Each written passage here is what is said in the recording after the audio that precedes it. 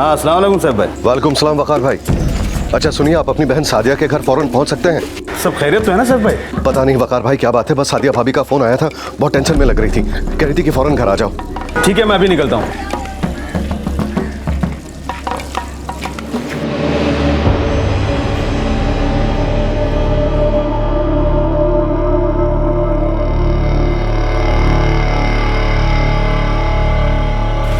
सादिया भाभी, सादिया भाभी,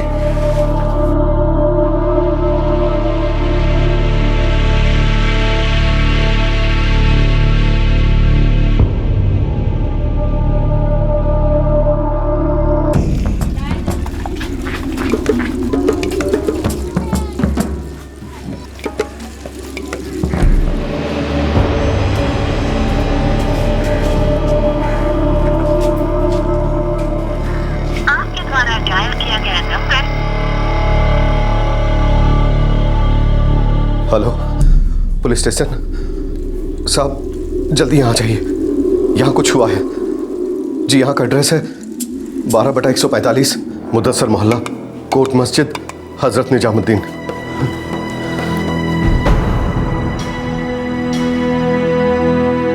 सैफू भाई, ये सब क्या हो गया?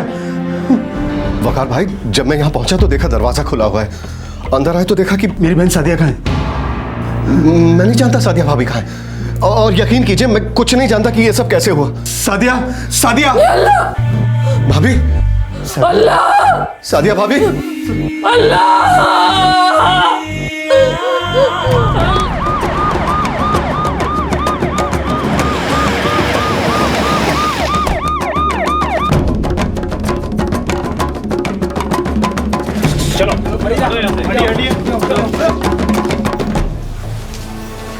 कौन था ये? सब मेरे सगे बड़े भाई मोइनुद्दीन शेख, इनके शौहर, इनका नाम सादिया शेख। सादिया मेरी छोटी बहन है, मेरा नाम वकार है। तुम्हारा नाम? जी सैफुद्दीन शेख साहब, मैंने ही आपको फोन किया था। यानी लाश को सबसे पहले तुमने ही देखा था?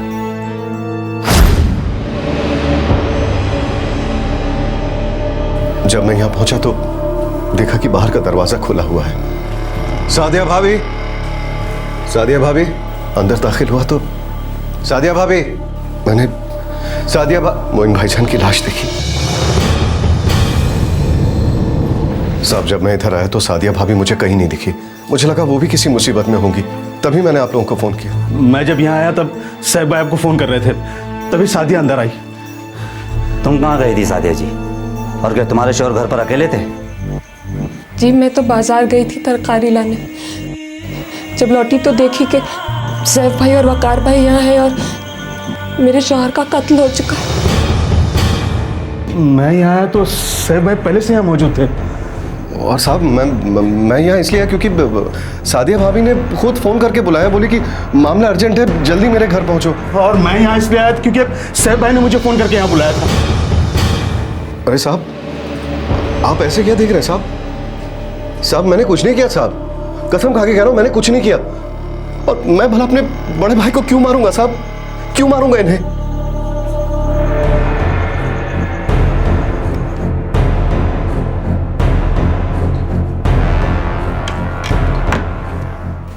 सर गला कटा गया है, पर आसपास कोई हथियार नहीं मिल रहा है जिससे मर्डर हुआ हो। तुम तुरंत फॉरेंसिक टीम को बुलवाओ, घर का कोना कोना छान मारो और उसके बाद लाश को पोस्टमार्टम के लिए भिजवाओ। सर। और हाँ, इन तीनों को, सादिया, वकार, सैफ, इन्हें भी पुलिस स्टेशन बुलवाओ। ये लोग जरूर कुछ छिपा रहे हैं। पीड़ित का छोटा भाई सैफुद्दीन बौखला गया था क्योंकि उसकी भाभी सादिया और सादिया का भाई वकार उस पर उंगली उठा रहे थे, इशारा कर रहे थे कि शायद सैफुद्दीन ने ही अपने भाई मोइनुद्दीन का कत्ल किया है। मौका वारदात पर सबसे पहले सैफुद्दीन पहुंचा। उसके हिसाब से मोइनुद्दीन की लाश वहां पड़ी थी। अब सवाल यह था कि इन तीनों में से झूठ कौन बोल रहा था और कातिल कौन था, और यह कत्ल हुआ क्यों था?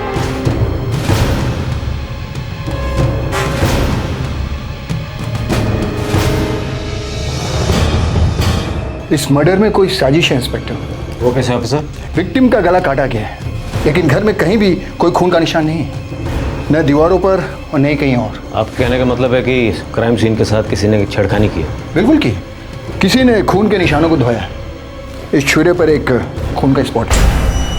बल्कि रसोई में भी कुछ बर्तनों पर खून के धब्बे पाए गए हैं। बाथरूम चेक करें।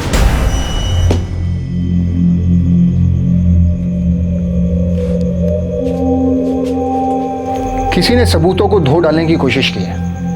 ये देखिए, इसे ताज़ा ताज़ा सुखाने के लिए रखा गया है।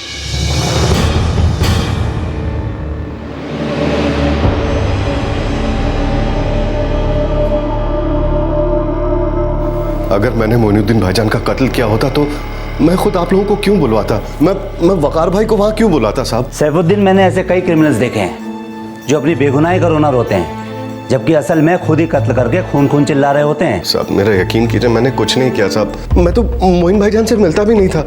वो तो सादिया भाभी का अचानक फोन आ गया, बोली कि मामला बहुत अर्जेंट है। सैफ भाई आप फौरन यहाँ आ जाइए। क्यों, सब ठीक तो है ना? बस आप जल्दी आ जाइए, देर न करें, मैं इंतजार कर रही हूँ। ठीक है भाभी, मैं अभी निकलता हूँ। साहब मेरा मोबाइल ले लो साहब। साहब मेरे सारे कॉल लिस्ट चेक कर लो साहब। आपको जो करना है चेक कर लीजिए, मैं झूठ नहीं बोल रहा हूँ साहब। आप मेरा भी मोबाइल चेक कर लीजिए, आपको तसल्ली हो जाएगी कि मैं वहां इसके लिए पहुंचा था क्योंकि सैफ भाई ने मुझे फोन करके बुलाया था।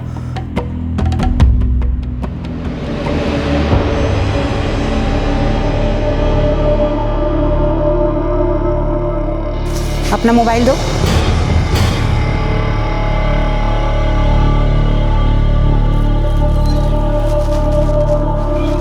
ये क्या तमाशा है सादिया? पहले तुमने अपने देवर को फ़ोन किया, फिर तुम्हारे देवर ने तुम्हारे बड़े भाई साहब को फ़ोन किया, फिर उन दोनों को तुम्हारे घर में से तुम्हारे पति की लाश मिलती है। क्या बात है जो तुम छुपा रही हो? क्या तुमने अपने पति का कत्ल किया है?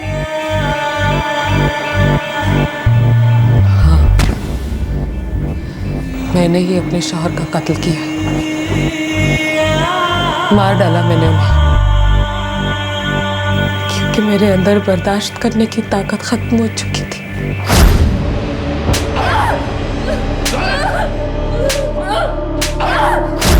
तेईस साल साहब, पूरे 23 साल मैं उसकी हैवानियत का शिकार होती रही। फिर एक टाइम आया, मुझे कुछ करना ही पड़ा। 23 साल बाद ऐसा क्या हो गया जो तुम्हें अपने पति का कत्ल करना पड़ा? अगर मैं उन्हें नहीं मारती तो वो मुझे मार डालते। तू मुझे पैसे दे रही कि नहीं? मैंने अपनी जान बचाने के लिए उनकी जान ले ली। फिर मैं बहुत डर गई साहब, तो मैंने उनके छोटे भाई सैफुद्दीन को फ़ोन मिलाया। और फिर बड़ी चालाकी से तुमने इस इल्ज़ाम को उसके सर पर मरने की कोशिश की। क्यों? ऐसी क्या मजबूरी थी सादिया जी? ऐसा नहीं है कि कई वार हुए, बस एक बड़ा सा मजबूत वार गले में, पर इतनी गहराई तक गला नहीं काटा जा सकता, वो भी एक ही वार में। तो आप ये कह रहे हैं कि इससे कोई बड़ा छुरा या चॉपर इस्तेमाल किया गया है? ये काम किसी बड़े चॉपर से किया गया, मैं दावे के साथ कह सकता हूँ, एक मजबूत बड़ा चॉपर।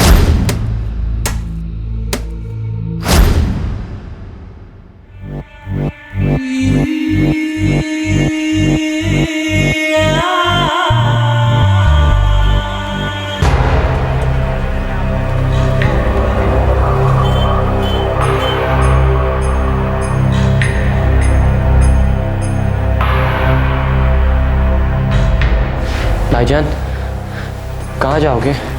कुछ तो सोचा होगा। पता नहीं। ये रख ले और यहीं रहना। अम्मी का ख्याल रखना यहाँ रहकर। और आप भाईजान? मैं कर लूँगा।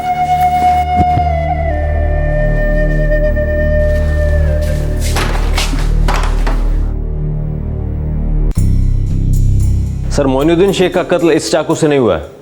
इसका मतलब है ये औरत झूठ बोल रही है, वो ज़रूर कुछ छुपा रही है। 2 लड़के हैं, माजिद और नवाज, दोनों गायब हैं। दोनों के सेलफोन्स भी ऑफ आ रहे हैं। मैंने पड़ोसियों से पूछताछ की, उन्होंने बताया कि दोनों यहीं इनके साथ ही रहते थे, लेकिन कहीं दिखाई नहीं दे रहे। तुम वकार और सैफुद्दीन को वापस से बुलवाओ, क्योंकि सिर्फ सादिया ही नहीं है जो झूठ बोल रही है।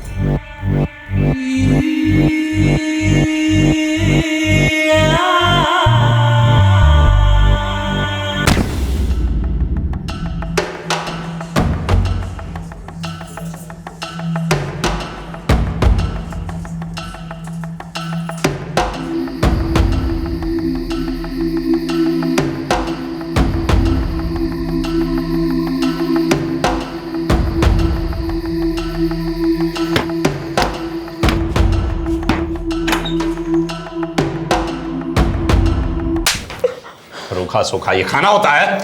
लड़कों की जिंदगी पड़ी है सामने, उन्हें बड़ा करना है, पढ़ाना है। आपकी ये शराब की आदत। साला थके मांदे घर पे आओ, 2 रोटी भी सूखी नसीब नहीं होती। मटन गोश्त की तो बात ही छोड़ो, कभी दाल भी नहीं बनती। कसाई गोश्त मुफ्त में नहीं देता है, ना ही उधार पे।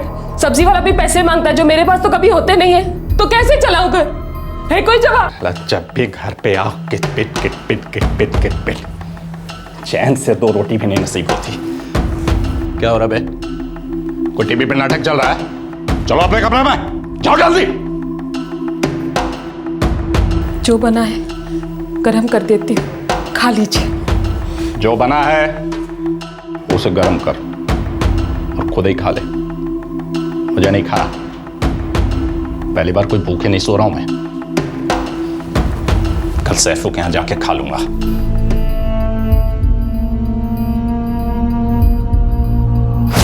साहब मुझे मालूम था कि मेरा भाई ना अच्छा बाप था और ना ही अच्छा शौहर। फिर 23 साल क्यों इंतजार किया तुम्हारे भाभी ने अपने शौहर का गला काटने के लिए? यही बात तो मेरी समझ में भी नहीं आ रही है साहब। हाँ मानता हूं कि वो सादिया भाभी को मारते थे, पीटते थे, पर उतना बुरा आदमी भी नहीं था साहब। जब उसकी शादी हुई, बाल बच्चे हुए, वो ईमानदारी से ही काम करता था। एक वक्त तो ऐसा था साहब कि मोइन भाई मेरे साथ ही काम किया करते थे।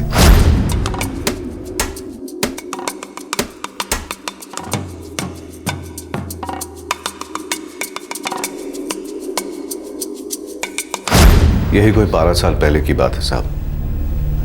मोइन भाई ठीक ठाक काम कर रहे थे, फिर पता नहीं कैसे उन्हें शराब की लत लग गई। पहले तो बस एक आधी पिया करते थे। हमें से किसी को पता ही नहीं चला साहब कि कब शराब उन्हें पीने लगी, और जब तक पता चला बहुत देर हो चुकी थी साहब।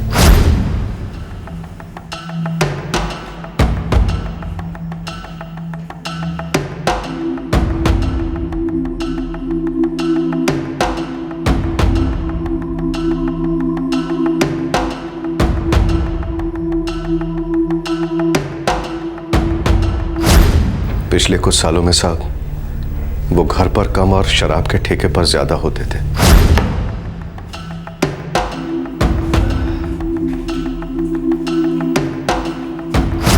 और एक टाइम के बाद शराब के साथ साथ अफीम, गांजा, चरस सब कुछ शुरू हो गया साहब। फिर क्या था, वो सड़क छाप गर्त पर उतर आए और फिर एक दिन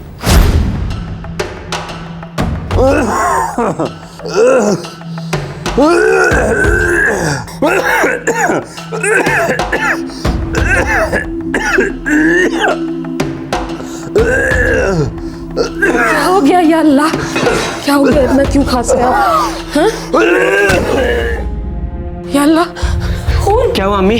तेरे अब्बू के तबीयत बहुत खराब है। तू नवाज को फोन लगा। हाँ अम्मी, हम पानी पीजिए। अरे पानी नहीं पीना। थोड़ा सा पानी पी लीजिए। अच्छा ले जाइए। हाँ नवाज, तेरे भाई माजिद का फोन है घर से। हाँ तो और कितना मरेगा साला? जितनी जल्दी मरता हम सबके लिए अच्छा। नहीं, कुछ करने की जरूरत नहीं। ये नवाज के अपने बाप से नफरत करता था? अपनी अम्मी से बहुत प्यार करता था साहब।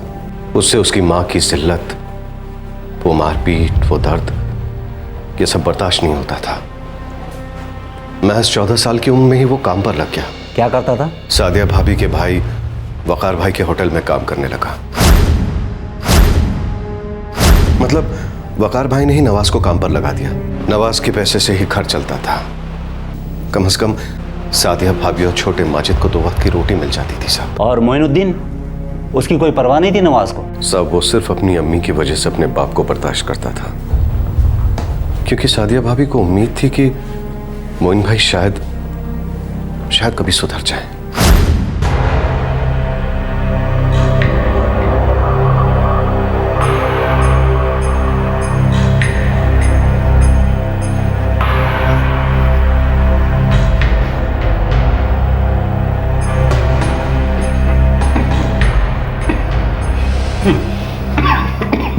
देखिए, आपके पति मोइनुद्दीन को टीबी हो गई है। टीबी? जी हाँ, बीमारी पूरी तरह से फैल चुकी है और उनकी बॉडी बहुत कमजोर है। इसलिए वो बीमारी से लड़ नहीं पा रही है। नसों में खून कम, शराब ज़्यादा है डॉक्टर साहब। ऊपर से चर्सी है मेरा बाप। देखिए, आज के बाद शराब की एक बूंद भी नहीं। गर्द वर्द तो बहुत दूर की बात है, इन्हें सख्त परहेज की ज़रूरत है और इन्हें दवाएं भी लेनी होगी। इन सब के बाद भी आप ज़्यादा उम्मीद मत रखिएगा।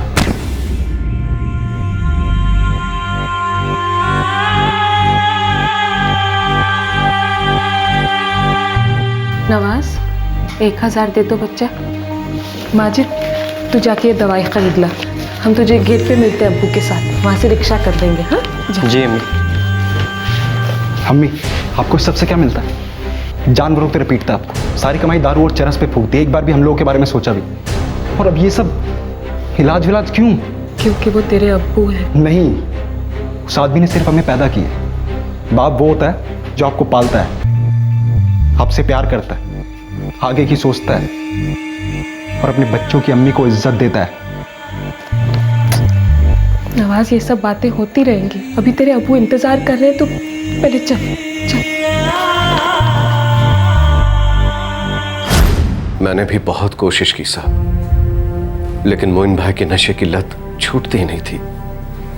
फिर क्या था साहब, ना काम काज था, ना हाथ में पैसे। जैसे जैसे नशे की तलब बढ़ती, मोइन भाई की हैवानियत भी बढ़ती जाती। तो पैसे देने तो यहीं ढेर कर दूंगा तुझे। सर, कई बार तो लगा कि सादिया भाभी मोइन भाई को तलाक क्यों नहीं दे देती, पर उनकी सोच अलग थी। सैफ, सच सच बताओ, नवाज और माजिद कहाँ हैं? खुदा कसम मैं कुछ नहीं जानता। ये सादिया के भाई वकार को तो पता होगा। नवाज तो उसके होटल में काम करता है। काम करता था साहब। नवाज 6 महीने पहले तक वकार भाई के होटल में ही काम करता था, पर 6 महीने पहले उसने अपना काम छोड़ दिया, खुद का धंधा शुरू कर लिया था नवाज ने। मस्जिद के पास उसने कबाब की टेकरी लगा दी।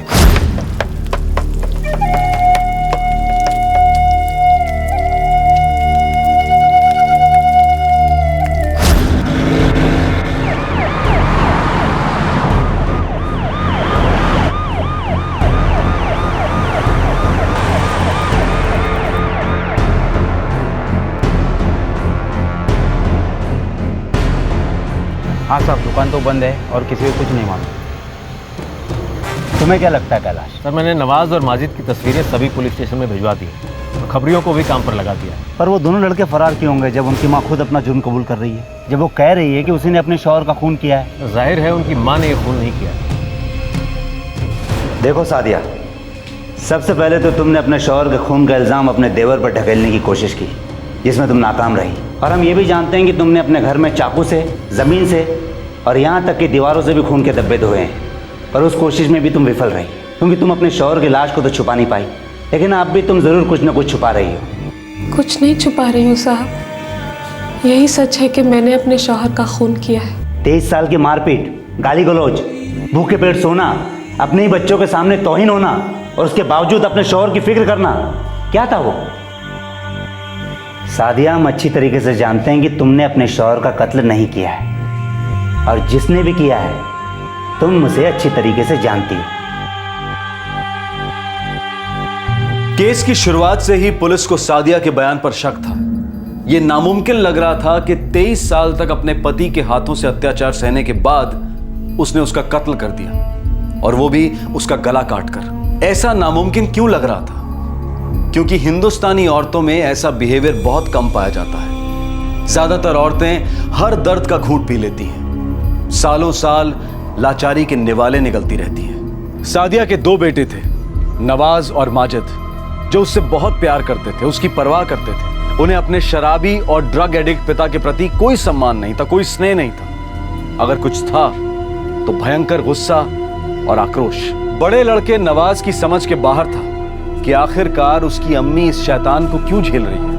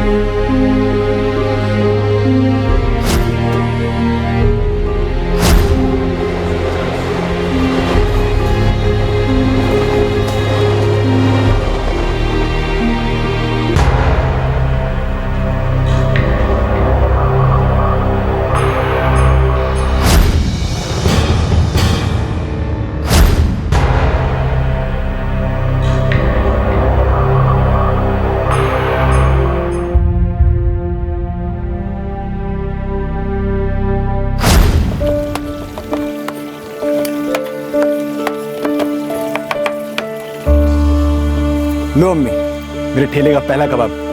माजिद तू भी खा। अल्लाह मियाँ तुम्हें खूब बरकत दे, तरक्की दे। इंशाअल्लाह अम्मी सब अच्छा होगा।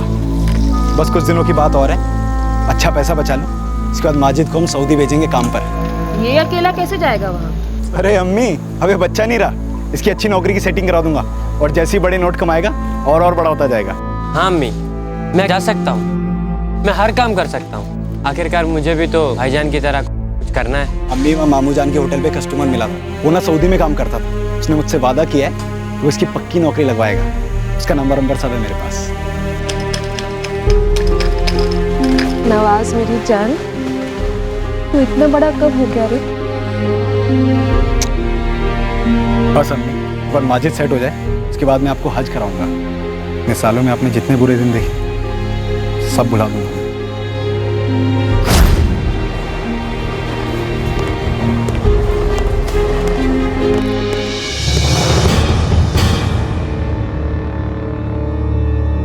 तुम्हारी अम्मी सादिया कहती है कि उसने तुम्हारे अब्बू मोइनुद्दीन का खून किया है, लेकिन मुझे पूरा यकीन है वो किसी को बचा रही है। वो तुम्हें और तुम्हारे छोटे भाई माजिद को बचा रही है। माजिद मासूम है साहब, उसे बीच में मत लाइए।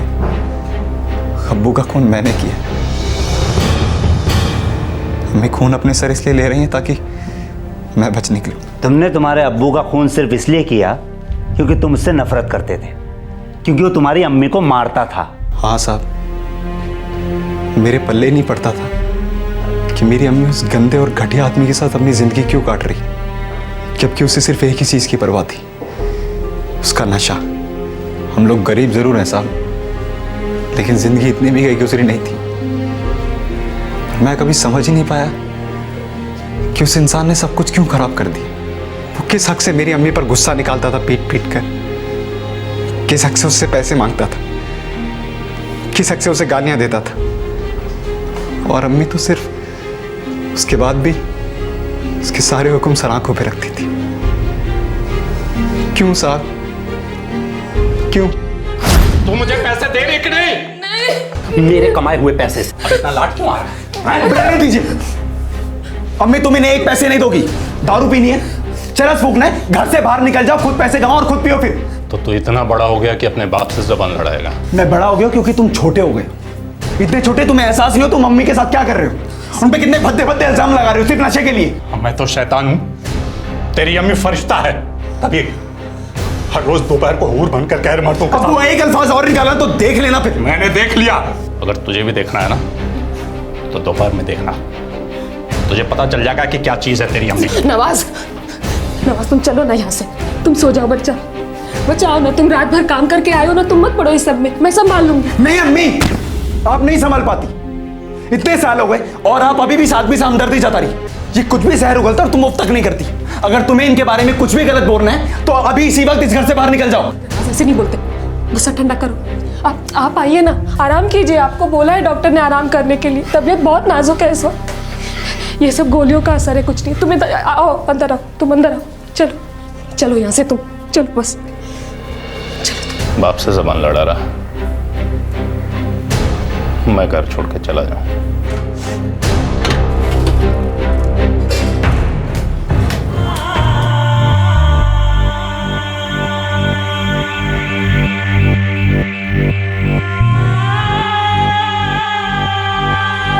मुझे माफ कर देना।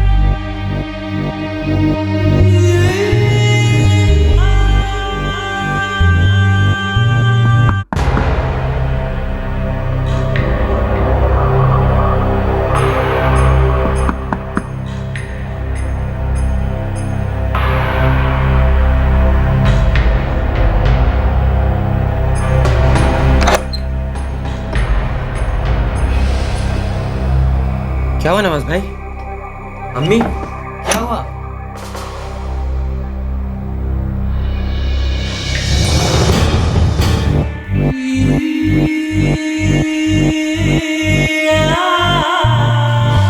तुम माजिद को लेकर कहीं निकल जाओ नवाज, तब तक मैं सब कुछ साफ कर देती हूँ।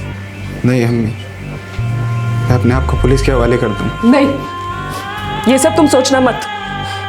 तुम दोनों के सामने अभी पूरी जिंदगी पड़ी है। तुम दोनों बस निकल जाओ यहाँ से, मैं इल्जाम अपने सिर पर ले लूंगी। मम्मी ऐसा सोचना भी मत। नवाज, तू अपनी अम्मी की बात को टालेगा?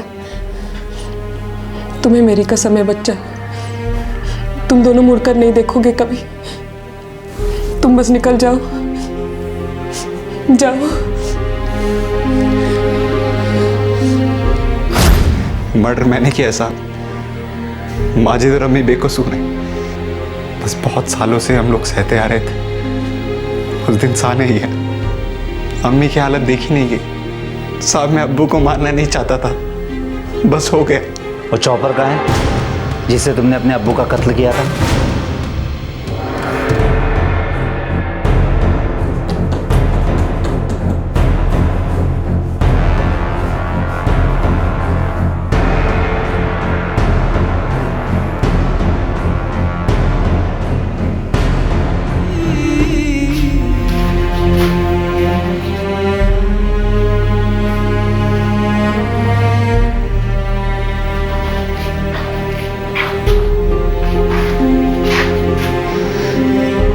माजिद, अम्मी का ख्याल रखना, कभी साथ मत छोड़ना। जी भाईजान। अम्मी, मुझे माफ कर दे। नवाज,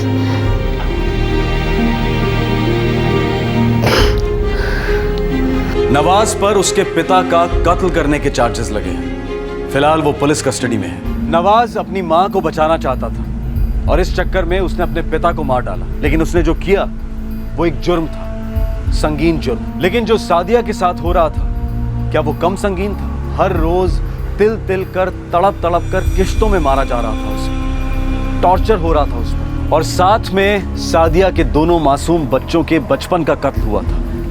क्या वो कम संगीन था? शराब की लत, ड्रग एडिक्शन, ये मानो हर केस में ना सिर्फ एडिक्ट को खत्म कर देता है बल्कि उसके पूरे परिवार को कुचल कर, जलाकर राख कर देता है। नशे की आग तबका नहीं देखती, जात पात, ऊंच नीच, अमीर गरीब कुछ नहीं देखती। बस जो लपेटे में आता है उसे फूंक देती है। ये आग अचानक नहीं भड़कती, शुरुआत होती है एक चिंगारी से। वो एक आध बार पीना, वो एक आध चिलम, रिलैक्स करने के लिए, टेंशन मिटाने के लिए, थकान मिटाने के लिए। 2 पल का नशा मानो सारी तकलीफों पर धुएं की चादर बिछा देता है और फिर इंसान इस चादर के बिना रह नहीं पाता। उसे भ्रम होता है कि नशा उसकी सारी तकलीफों को दूर कर देता है। ये चिंगारी धीरे धीरे भड़कती है, फिर आग बनने लगती है। लेकिन आग फैलने के हर पड़ाव पर यह दस्तक जरूर देती है कि बर्बादी होने को है। दुर्भाग्यवश शहरी जिंदगी के शोर शराबे में यह दस्तक सुनाई नहीं देती और फिर बहुत जल्द बर्बादी दिखाई देती है। क्राइम पेट्रोल के मंच से हम अपने सभी दर्शकों से आह्वान करते हैं कि अगर आप खुद नशे के शिकार हैं या आपके इर्द गिर्द कोई नशे की लत में डूबा हुआ है तो आपके लिए मदद उपलब्ध है। कई संस्थाएं हैं, कई अस्पताल हैं, ट्रीटमेंट्स हैं जो नशे की लत से लड़ने में आपकी मदद कर सकते हैं। लेकिन वो पहला कदम, वो हिम्मत वाला कदम हमें ही लेना होगा। अपने आप कभी कुछ ठीक नहीं होगा और दुनिया का कोई भी नशा आपकी किसी भी प्रॉब्लम को सॉल्व नहीं कर सकता है, बल्कि नई प्रॉब्लम्स ही खड़ी कर सकता है।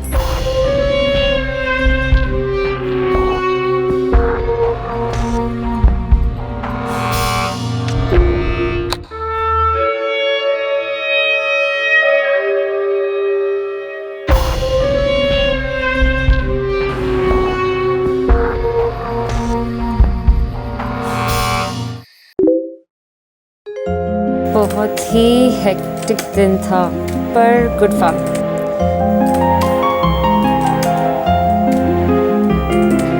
पूजा, पापा ऑनलाइन है क्या? कह गए थे सिंगापुर पहुंचते ही कॉल करेंगे। No mama, he is not online right now. और वो जैसे ही लॉग ऑन करेंगे मुझे लाइव ऑन चैट पे अलर्ट मिल जाएगा। ठीक है, जैसे ही ऑनलाइन आए मुझे बता देना, मैं किचन में हूँ। Okay okay. पूजा, दिन की शिफ्ट मांगना, तुझे बहुत मिस कर रही हूँ यार। ओए होए। मामा जल्दी आओ, पापा ऑनलाइन है। ए पूजा, क्या हो रहा है? बस चिलिंग पापा। आप बताइए, आपके और सिंगापुर के क्या हाल है? अरे मैं ठीक हूँ, बस एक क्लाइंट के साथ थोड़ा टाइड अप हो गया था। ओह, इतना टाइड अप हो गए कि 10 सेकंड का कॉल भी नहीं कर सकते। अरे यार, तुम्हारा टोन तो ऐसा जैसे मैं कोई अफेयर कर रहा हूँ। सॉरी मैडम, ऐसा कोई ड्रामा नहीं है। ओके पूरे 3 हफ्ते हो गए हैं, सिंगापुर, हांगकांग, मलेशिया। 2 दिन आउट ऑफ रडार, क्या हुआ इतना इमोशनल ब्लैकमेल? अच्छा बताइए, आ कब रहे हैं? जल्दी आ रहा हूँ, मैं भी घर के लिए तरस गया हूँ। बस 2 दिन की बात और है, उसके बाद सीधा फ्लाइट पकड़ के बड़ौदा और घर। Okay bye, and I love you ladies. Bye. Love you too पापा। Bye bye. हमारे देश में जब लैंडलाइन फोन्स घर घर में पहुंचना शुरू ही हुए थे, तब 1994-95 के आसपास मोबाइल फोन्स ने टेलीफोन की परिभाषा पूरी तरह बदल दी। और आज जब मोबाइल फोन लगभग हर दूसरे आदमी की जेब में आ गया है, तब इंटरनेट की क्रांति कम्युनिकेशन को एक अलग ही लेवल पर ले गई है। इंटरनेट के आने से एक दूसरे के साथ टच में रहने के अनेकों ऑप्शंस उपलब्ध हैं। Email, computer to computer calling, video conferencing, video chat, हर रोज नए नए एप्लीकेशंस दूरियां घटा रहे हैं। दुनिया सिकुड़ती जा रही है और सोशल नेटवर्किंग साइट्स ने तो समय और लोकेशन दोनों की हर सीमा को पार किया है। जिस तरह से एटॉमिक एनर्जी से बॉम्ब भी बन सकता है, उसी तरह इंटरनेट कई गंभीर, घातक और घटिया इरादों के लिए भी इस्तेमाल होता है। ई क्रिमिनल्स बिना चेहरे के अपराधी होते हैं। उनकी हैरेसमेंट करने की टेक्निक्स हाईटेक होती हैं और उन्हें बेनकाब करना बेहद मुश्किल।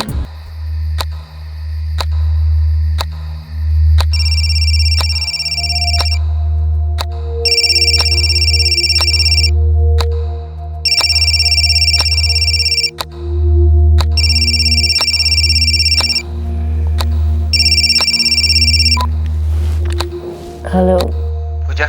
हाँ, कौन बोल रहा है? पूजा, हाँ मैंने पूछा कौन बोल रहा है। मैं अहमदाबाद से बोल रहा हूँ। आप हो कौन? रेट क्या है? सॉरी? अरे तुम एक रात का कितना लेती हो, जल्दी बताओ। Full night, how much? Just who the hell is this? क्या बात है पूजा?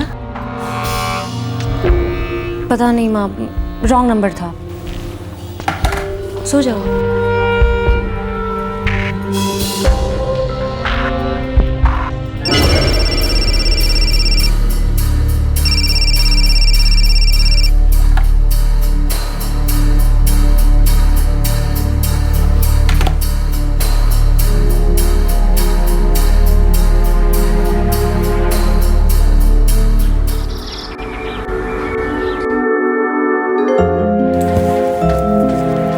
बाय मम्मा।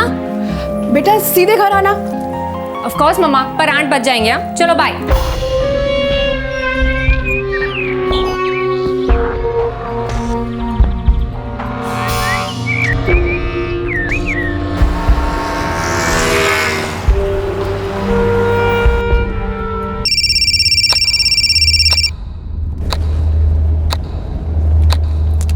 हेलो, कहाँ मिलोगे?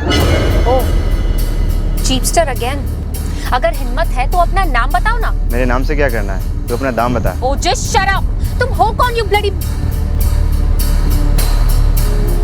ड्रामा क्यों कर रही है साली? पूरे पैसे दूंगा, वो भी एडवांस। बोल, सब कुछ करेगी ना? तुम्हें मेरा नंबर किसने दिया? तूने तो दिया था। अब देख, बोर मत कर, सीधे सीधे एक रात का बोल दे, मैं कोई तकाजा नहीं करूँगा।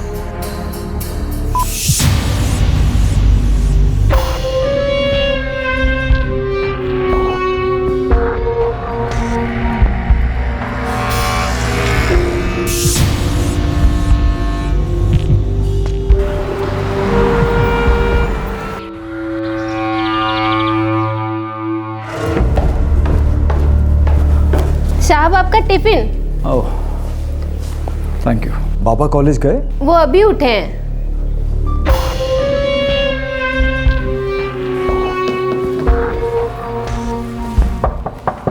कौन है? बेटा कॉलेज नहीं गए? बाद में जाऊंगा डैड, थोड़ा डाउन फील कर रहा हूँ। सब ठीक है ना? कुछ सीरियस नहीं है, बस थोड़ा बॉडी एक है। डोंट वरी डैड, थोड़ी देर में चला जाऊंगा। Bye dad. बाय।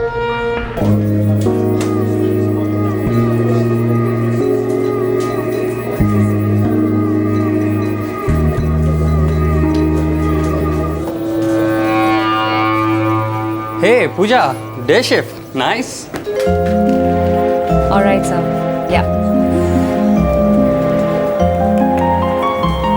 हे पूजा, आज लंच विंताज मॉल में।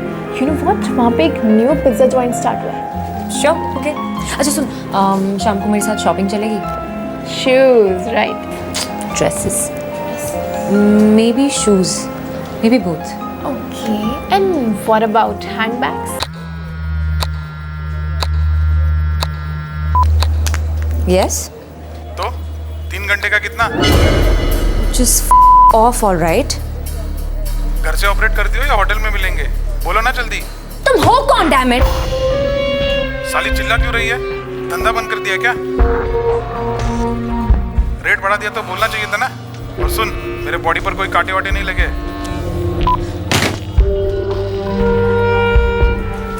What happened?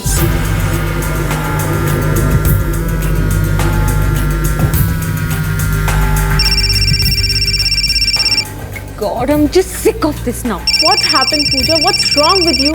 Who is that person? अगर ये पता होता तो अभी तक कंप्लेन कर चुकी होती. Complain? कल रात से कितनी बार कॉल्स आ चुके हैं और हर बार वही नॉनसेंस. I guess तेरे साथ कोई प्रैंक कर रहा होगा यार. गंदी गंदी बातें कर रहे हैं ये लोग फोन पर. तुझे पता भी है क्या पूछ रहे हैं?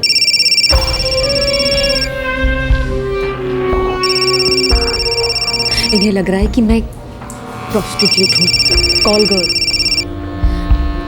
This can't be a prank यार. गंदी चीप बातें, भद्दे प्रस्ताव. एकाएक पूजा के फोन पर कॉल्स की बौछार हो रही थी. अलग अलग जगहों से अलग अलग नंबर्स, सबके वही सवाल थे. कब और कहां मिलोगी और कितना चार्ज करोगी. देखते ही देखते पूजा को ढेर सारी ऐसी इंक्वायरीज आने लगी. पूजा बहुत डिस्टर्ब रहने लगी. वो इस सिचुएशन को हैंडल नहीं कर पाई.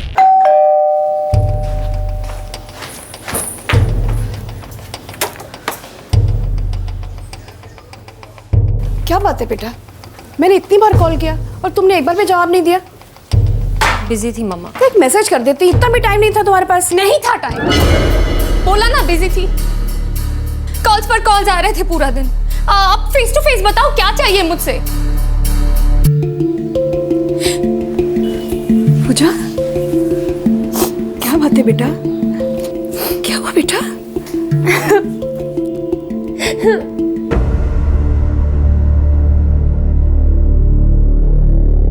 फोन साइलेंट पे करने से फोन आने बंद तो नहीं होंगे और ना ही तुम्हारा डिस्टर्ब होना बंद होगा.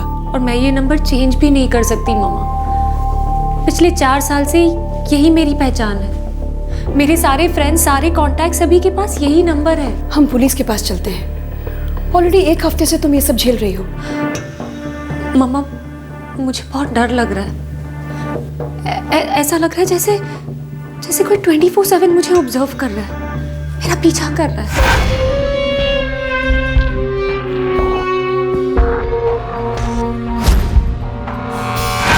एक क्रीपी सी फीलिंग हो रही है. कहीं मन नहीं लग रहा.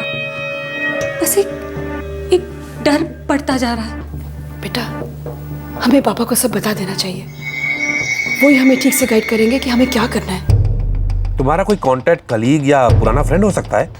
मेरा कोई भी फ्रेंड ऐसा काम नहीं कर सकता. बेटा देखो, ये जो भी है ना, ये तुम्हें जानता है. तुम्हारा नंबर मिला इसे कहीं से. शायद तुमने ही अनजाने में किसी को दे दिया हो. याद करो, ऑफिस के काम से किसी को या किसी फ्रेंडशिप वेबसाइट पर एक बार चेक कर लो.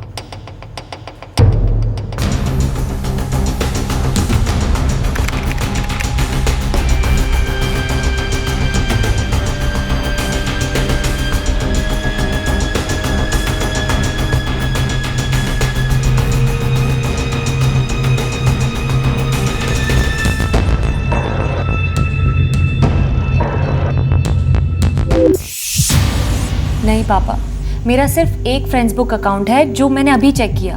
मैंने उसमें अपना नंबर डाला ही नहीं. देखो बेटा, ऐसा हो सकता है किसी ने तुम पे अपना गुस्सा निकालने के लिए तुम्हारा नंबर सर्कुलेट किया हो. आपकी कोई फोन आए ना तो उससे ठंडे दिमाग से बात करो और उससे पूछो कि ये नंबर उसे कहां से मिला और किसने दिया है. ओके? और डरो मत. देखो बेटा, तुम्हें इसकी रूट तक पहुंचना है ना, तो ये पता लगाना पड़ेगा कि पहला लीक कहां से हुआ, इस चेन की शुरुआत कहां से हुई. पूजा, फोन उठाओ. डरो मत.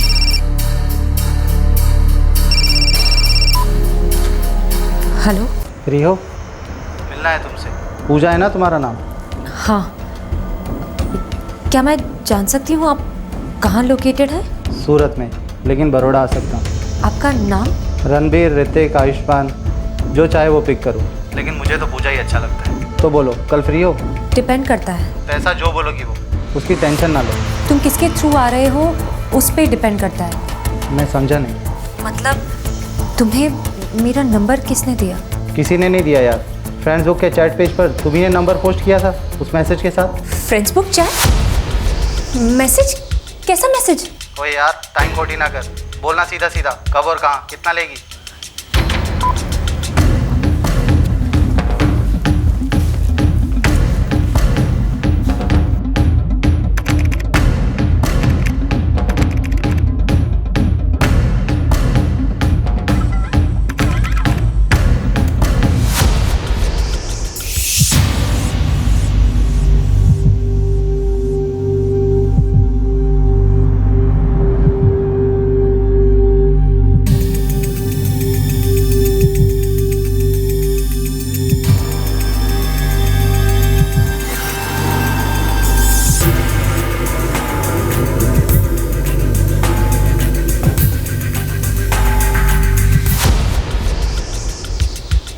I am available 24/7 for all kinds of pleasures. Unlimited fun guaranteed. Puja.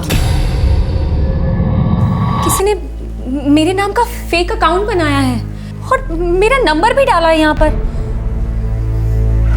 Okay बेटा, सुनो, ये किसी ऐसे इंसान का काम है जो तुम्हें नुकसान पहुंचाना चाहता है, हार्म पहुंचाना चाहता है, लेकिन हम कभी ऐसा होने नहीं देंगे। तो सबसे पहले कल सुबह फर्स्ट थिंग तुम और मम्मा पुलिस स्टेशन जाएंगे, मेन रोड पर सीधे अलकापुरी पुलिस स्टेशन, और ऑन ड्यूटी ऑफिसर को सब कुछ बताओ। अपना लैपटॉप भी साथ लेके जाना, ओके?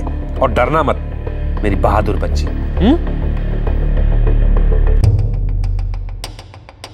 बेटा, बुरा ना मानो तो एक बात पूछो। क्या मम्मा? बेटा, ऐसा कोई है जिससे तुम्हारा कभी कुछ रहा हो?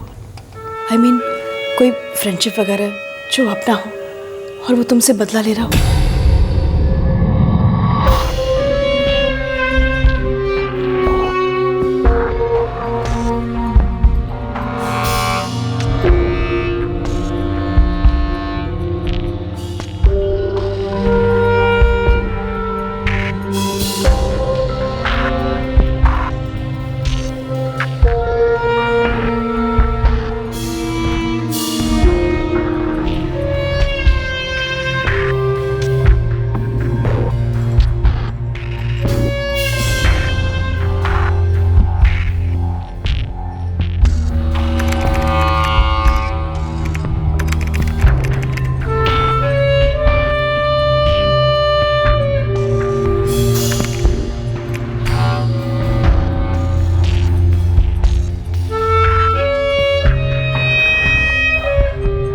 टेक्नोलॉजी दो धारी तलवार है और इस तलवार की धार दिन ब दिन तेज होती जा रही है, लेकिन इस तलवार को इस्तेमाल करने वाला वही इंसान है जिसके वही बेसिक ह्यूमन इमोशंस हैं, गुस्सा, नफरत, जलन, ऑब्सेशन, दुश्मनी। ये सभी जज्बात आदि मानव से वाईफाई मानव तक बदले नहीं हैं, बिल्कुल वही है, सिर्फ इन फीलिंग्स को बयां करने का अंदाज बदला है। इस केस में कोई बहुत ही चिढ़ा हुआ, गुस्से और नफरत में डूबा व्यक्ति पूजा पर अपनी विकृति का वार कर रहा था।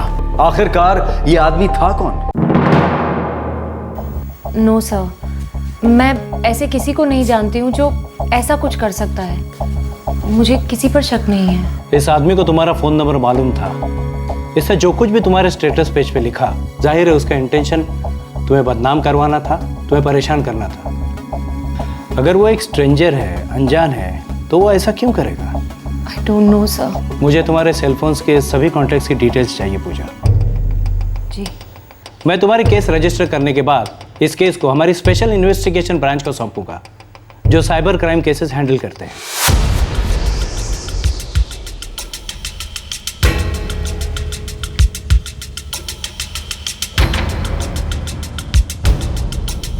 मैडम, पूजा के सेलफोन्स के सारे कॉन्टैक्ट्स चेक कर लिए, उसकी फ्रेंड्स बुक के भी सारे कॉन्टैक्ट्स चेक कर लिए, लेकिन कुछ निकल नहीं रहा। Well, पूजा की इस कंप्लेंट के साथ साथ हमें फ्रेंड्स बुक के होल्डिंग ऑफिस से बात करनी है। जी मैडम, मैं वो इनिशिएट करता हूँ। और हाँ, पूजा को यहाँ बुलाओ, मुझे उससे बात करनी है। ये नंबर पिछले 4 साल से है मेरे पास। देखो पूजा, इस आदमी को ट्रैक डाउन करने के लिए हम कई तरीके अपना रहे हैं। ये काफ़ी लंबा चौड़ा प्रोसेस है क्योंकि कई सारे फैक्टर्स हमें कंसिडर करने पड़ते हैं। ये सब तो चलता रहेगा, but you know what I think, मुझे लगता है कि ये इंसान तुम्हारी जान पहचान का है। आप ऐसा किस बेसिस पर कह रही है मैम? इस प्रोफाइल को देखो पूजा, इस पेज पे लिखे हर एक कमेंट को अच्छे से स्टडी करो। ये काम सिर्फ एक ऐसा इंसान कर सकता है जो तुम्हें जानता है, कोई ऐसा इंसान जो शायद तुम्हारी तरफ अट्रैक्टेड था और तुमने उसे रिजेक्ट किया हो। और रिजेक्शन के लिए एक रिलेशनशिप होना ज़रूरी है। सो टेल मी, मैं तुम्हारे बैकग्राउंड के बारे में हर एक डिटेल जानना चाहती हूँ। एंड माइंड यू पूजा, मैं सब कुछ जानना चाहती हूँ।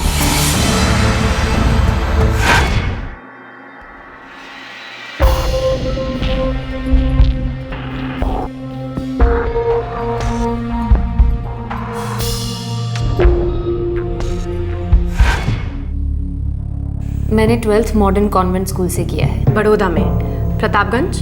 That's right. And college? Mahavir college. School या कॉलेज में कोई बॉयफ्रेंड्स? नो मैम, मेरा कभी कोई बॉयफ्रेंड नहीं रहा। हाँ, कई बॉयज़ के साथ फ्रेंडशिप थी, but that was just friendship. क्या स्कूल या कॉलेज में किसी ने तुम्हें आके प्रपोज किया और तुमने रिजेक्ट कर दिया हो? You know, one sided love, एक तरफा प्यार। रूपाली जी, I'm sure आपके साथ हुआ होगा, मेरे साथ कॉलेज में हुआ है। टेल मी, है कोई ऐसा लड़का?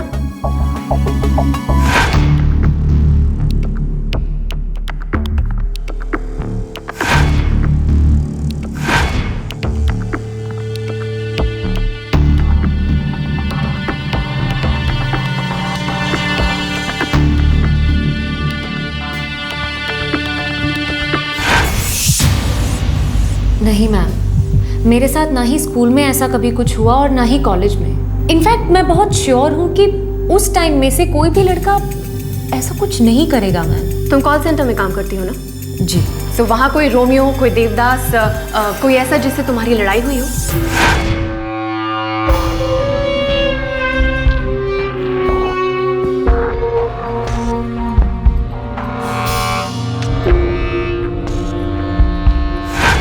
मेरा ऑफिस में तो इनफैक्ट मेरा सबके साथ बहुत ही कूल रिलेशनशिप है। वहाँ पर मेरा किसी के साथ ऐसा कोई इंटरेक्शन कभी हुआ ही नहीं। तुम्हें अपना ये फ़ोन नंबर सरेंडर करना होगा। हमें इस सिम कार्ड की ज़रूरत है। तुम एक नए नंबर के लिए अप्लाई कर दो। एंड रिमेंबर, ये नया नंबर सिर्फ सिलेक्टेड लोगों को देना। लेकिन मैडम, जिस इंसान ने मेरी बेटी के साथ इतना बुरा किया, उसका क्या होगा? बुरा हाल होगा उसका। इस वक्त उसका कोई चेहरा नहीं है, पर बहुत जल्द हम उसे बेनकाब कर देंगे।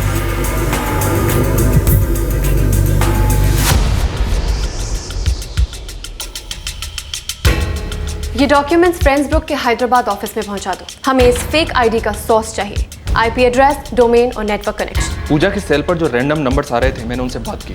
उन सबका कहना है कि पूजा के फेक अकाउंट से उनको फ्रेंड रिक्वेस्ट आया था। आई एम श्योर ये जो कोई भी है जिसने पूजा का फेक अकाउंट बनाया है, ये मेंटली बीमार है। शायद ये पूजा को पहले से जानता हो, या फिर हो सकता है इसने पूजा के करीब आने की कोशिश भी की।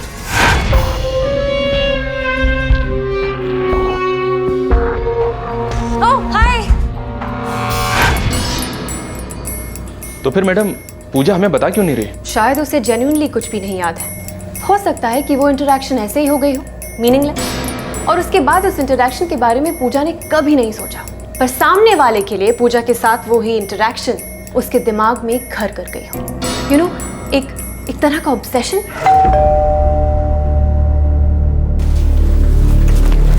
कैसी है पूजा? कुछ ठीक है अब। नो पापा, मुझे ऐसा कोई याद नहीं आ रहा। देखो बेटा, ये वक्त है सब कुछ साफ साफ कहने का। कोई कुछ नहीं सोचेगा, हम सब समझते हैं, इसलिए तुम्हारी हेल्प करना चाह रहे हैं। सो प्लीज बताओ, क्या तुम कुछ छुपा रही हो या कुछ नजरअंदाज कर रही हो, इग्नोर कर रही हो?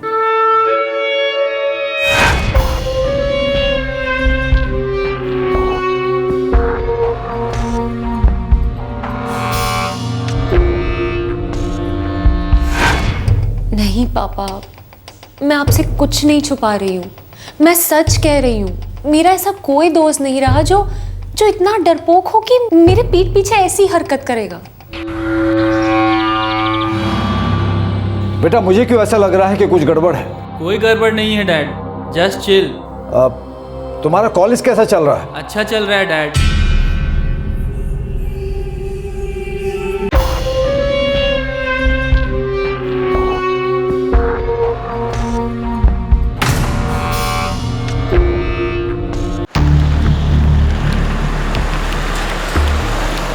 यस मैम, पेपर्स मिल गए, मेरे डेस्क पर ही हैं। हमें क्विक रिस्पांस चाहिए mister Reddy. As soon as possible इस अकाउंट से रिलेटेड आईपी एड्रेस, डोमेन और नेटवर्क कनेक्शन चाहिए। श्योर मैम, मैं इस केस को टॉप प्रायोरिटी पर फॉलो कर रहा हूँ। एक लड़की की जिंदगी तबाह करने पे तुला है ये आदमी। आई मीन एक सोशल नेटवर्क साइट पे ये टोटली एंटी सोशल एक्टिविटी है। I totally agree with you ma'am. मैंने सारे पेपर स्कैन करके यूएस हेड ऑफिस भेज दिए हैं। आपको इस केस के सारे डिटेल्स उनके मदर सर्वर से मिल जाएंगे। और इस केस को मैंने रेड अलर्ट मार्क कर दिया है। वहाँ की टीम के साथ मैं 24 आवर्स कंटिन्यूस टच में भी हूँ। तो जैसे ही मुझे कुछ डिटेल्स मिलती हैं मैं आपको फॉरवर्ड कर दूंगा। और हाँ, every minute is important. Top priority पे रखिए इस केस को। Sure.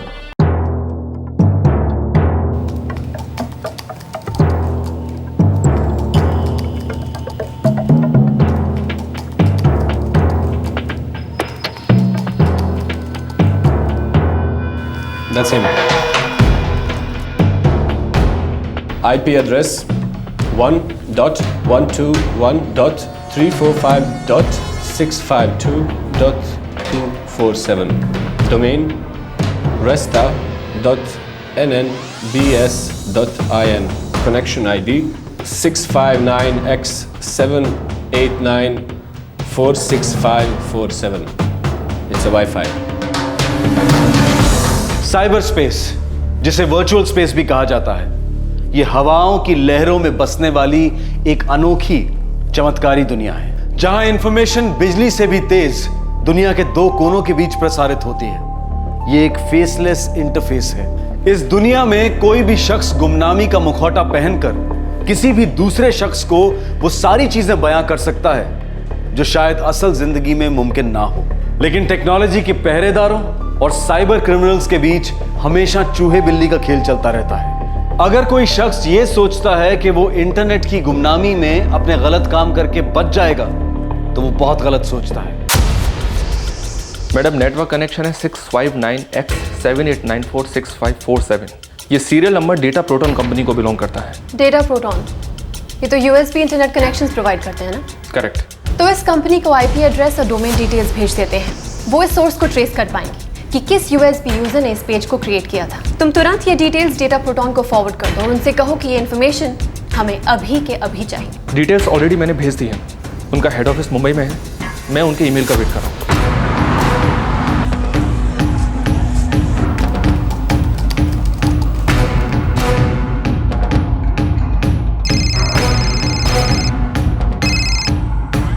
Hello madam, Mrinal here from data communication centre.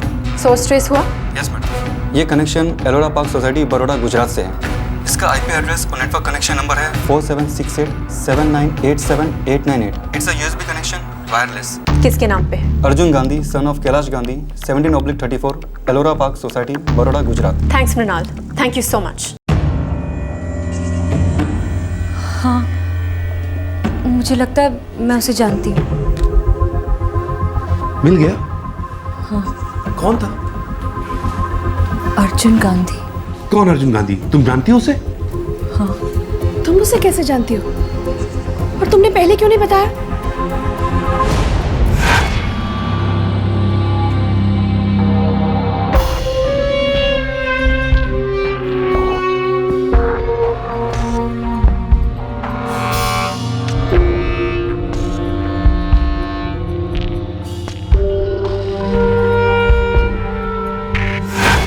School में मेरा क्लासमेट था, फिर अचानक स्कूल छोड़ दिया।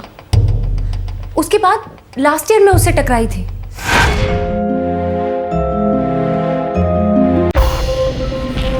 हाय Pooja. Hi. Arjun Gandhi, modern convent school, Nitin के साथ था मैं, पहचाना? Oh yes yes of course, Arjun. I am so sorry, मैं पहचान नहीं पाई। Why don't you pull a chair? Oh cool. I am really sorry, I just couldn't place you. और व्हाट्स अप, व्हाट्स हैपनिंग? सब ठीक है, तुम्हें देखकर बहुत अच्छा लगा।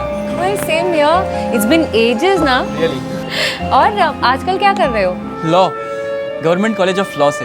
तुम स्कूल के बाद महावीर कॉलेज गई, राइट? या? इंग्लिश लिटरेचर से मेजर किया और अब कॉल सेंटर में जॉब कर रही हो, है ना? वाह, तुम्हें तो सब कुछ पता है? नॉट रियली, बस इतना ही पता है। वैसे आगे क्या प्लान्स है?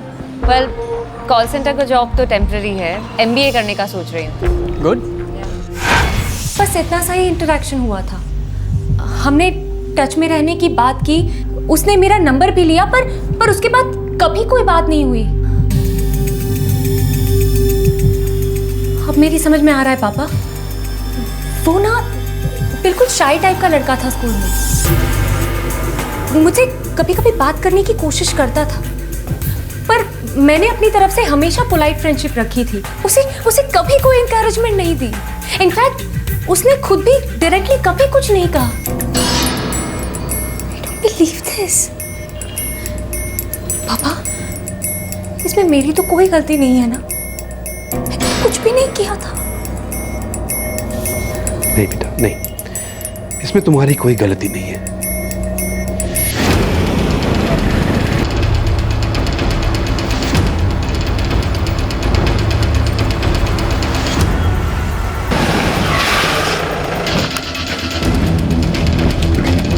I am sorry, I can't believe it.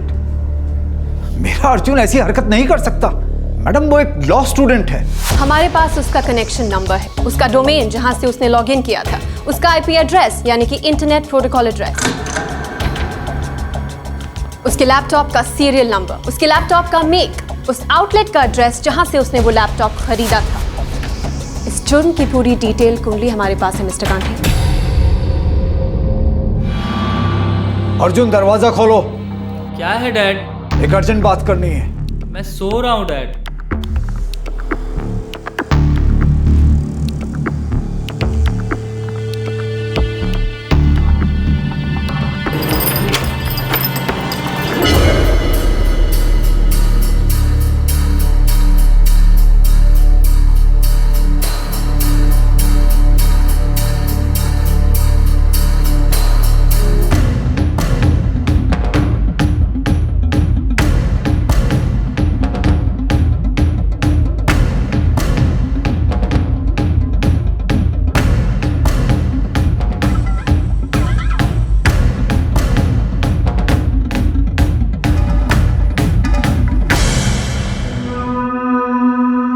तुम पूजा से ऑब्सेस्ड थे, उसका ख्याल अपने दिमाग से निकाल नहीं पा रहे थे, राइट? मैं उससे प्यार करता था। रियली? तुमने उसे कभी बताया नहीं?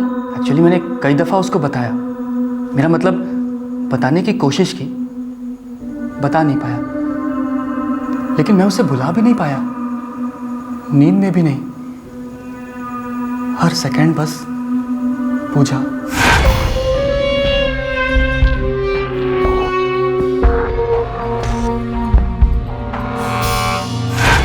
वो फीलिंग्स इतनी स्ट्रांग थी कि मैं उससे बात भी नहीं कर पाता।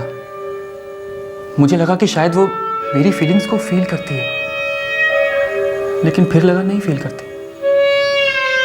कई बार मुझे लगता कि वो मुझे लाइक करती है, बस कहना नहीं चाहती, लेकिन फिर फाइनली सच समझ में आया, वो मुझे लाइक नहीं करती, वो मुझे इग्नोर कर रही थी, रिजेक्ट कर रही थी। लेकिन क्यों रिजेक्ट कर रही थी?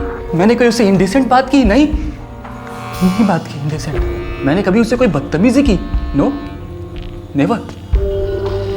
फिर वो मुझे क्यों रिजेक्ट कर रही थी? अब उससे ज्यादा हमेशा ये ख्याल रहता कि उसने मुझे क्यों रिजेक्ट किया।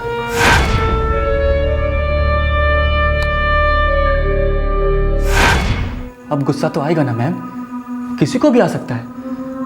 वो मुझे इतना हर्ट कर रही थी और मैं रिटर्न में कुछ नहीं करता। This is unfair, this is totally unfair, है ना?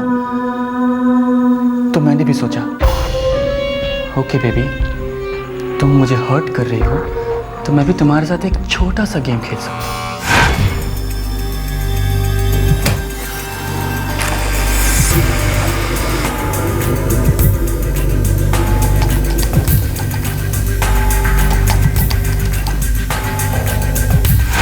मैं उसे दर्द देना चाहता था, ताकि वो महसूस कर सके कि मुझे कितना दर्द हुआ है। अब दर्द तो दर्द ही होता है ना मैम, चाहे वो लड़के का हो या लड़की का, इट्स सेम ना। लेकिन ये दर्द ज़्यादा क्यों होता है आप जानती हैं मैम? नहीं, आपको मैं बताता हूँ, क्योंकि आप किसी को बहुत प्यार करते हो, मैं भी उससे प्यार करता हूँ, अब भी उससे उतना ही प्यार करता हूँ। I love her and I hate हर।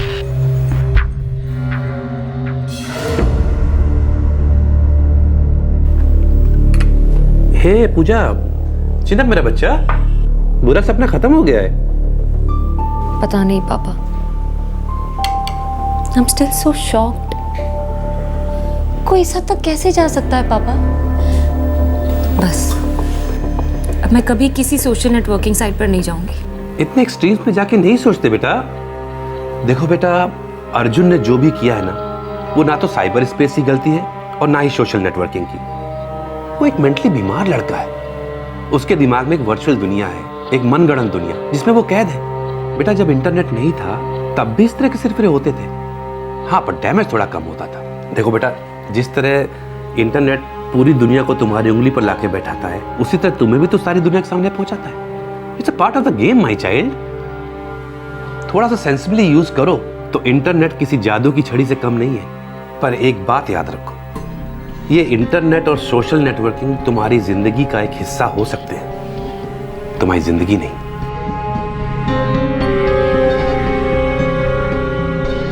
अर्जुन इस वक्त पुलिस कस्टडी में है। साइबर लॉज और हैरेसमेंट की रेगुलर आईपीसी की धाराएं उस पर लागू होंगी। अब हम ये नहीं कहेंगे कि आप अपना मोबाइल नंबर किसी को ना दें, क्योंकि ये जानना नामुमकिन है कि कौन उसका दुरुपयोग करेगा। हम ये भी नहीं कह रहे हैं कि दुरुपयोग की संभावना को कम करने के लिए आप अपना फोन नंबर चेंज करते रहें, और ना ही हमारा मकसद इंटरनेट और सोशल नेटवर्किंग को एक विलन के रूप में पेश करना है। सोशल नेटवर्किंग साइट्स पर अगर हम थोड़ा गौर करेंगे तो हम पाएंगे कि हर स्टेटस अपडेट, हर चैट कॉन्वर्सेशन दस्तक देते हैं सामने वाले की मानसिक अवस्था की, उसके विचारों की, उसके इरादों की। ऐसे कई लोग हैं जिनसे रियल लाइफ में आप मिलें तो उनसे 2 शब्दों से ज्यादा बात नहीं होगी, लेकिन ऑनलाइन घंटों बातें होती हैं। ये प्लेटफॉर्म बेशक लोगों को खुलने में मदद करता है, पर अहम सवाल ये है कि हमें लोगों के साथ कितना खुलना चाहिए। आप अपनी रोजमर्रा की जिंदगी की ढेर सारी डिटेल्स पोस्ट करते हैं, अपनी प्राइवेट और पर्सनल फोटोग्राफ्स और होम वीडियोस पोस्ट करते हैं, लेकिन आपके 200, 400 या 2000 ऑनलाइन फ्रेंड्स में से कौन आपकी जिंदगी के लाइव टेलीकास्ट को किस नजरिए से देख रहा है, इसका अंदाजा आप कभी नहीं लगा सकते। जब तक देख रहा है, पढ़ रहा है, तब तक सब ठीक है, लेकिन जब वो फ्रेंड फेसलेस मोड में जाकर आपको हैरेस करने लगे, आपका बुरा चाहे, तब वो दस्तक होती है कि हमें सावधानी बरत लेनी चाहिए। अपने इंटरनेट और सोशल नेटवर्किंग साइट्स की सिक्योरिटी को टॉप प्रायोरिटी पर रखें। बच्चों को सोशल नेटवर्किंग साइट्स पर अकाउंट ना खोलने दें। और सबसे जरूरी बात, एंटर बटन दबाने से पहले हमेशा एक बार गौर करें कि क्या ये तस्वीर, ये कमेंट अपलोड होना चाहिए। इंटरनेट के फल को रिस्पॉन्सिबली एंजॉय करें, निडर होकर इस्तेमाल करें। साइबर क्रिमिनल भले ही जितना भी चालाक हो, साइबर पुलिस उससे एक कदम आगे है। क्राइम पेट्रोल्स के और भी दिलचस्प कहानी देखने के लिए हमारे चैनल को सब्सक्राइब करें और बेल आइकॉन दबाना न भूलें।